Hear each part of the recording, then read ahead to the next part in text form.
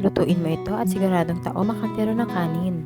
Ito ang mga ingredients na kailangan natin: pork strips, paminta, sibuyas, bawang, asukal, mantika, toyo, suka, oyster sauce, at tubig.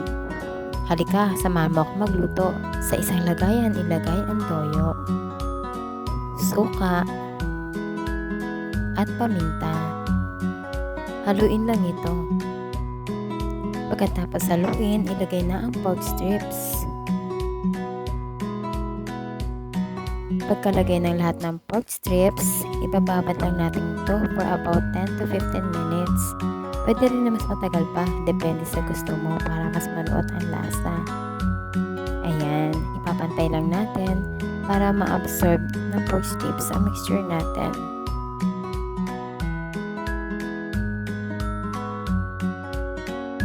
I-set aside muna natin yan.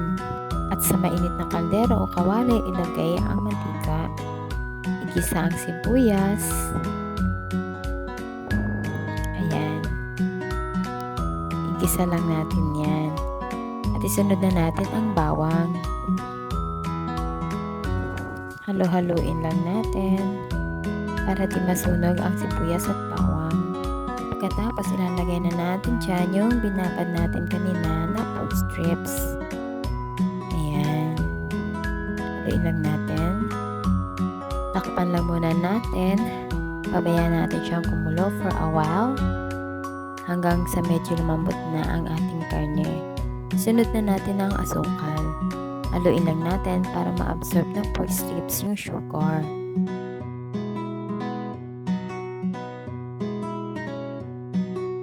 Ayan. Tapos ilagay na natin ang oyster sauce.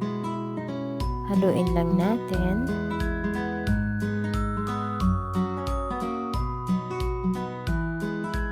Tapos ilagay na natin yung pinagbabara ng pork strips kanina. Yan yung magsisilbing sauce niya. Haluin lang natin. Takpan lang muna natin at pakuluan na may ilang minuto. At ilagay na natin ang tubig. Halu-haluin lang natin. Takpan lang natin at pakuluin na ilang saglit. At ready to serve na ang ating pork strips with oyster sauce. Sana nagustuhan mo ang ating recipe for today's video. Thank you for watching.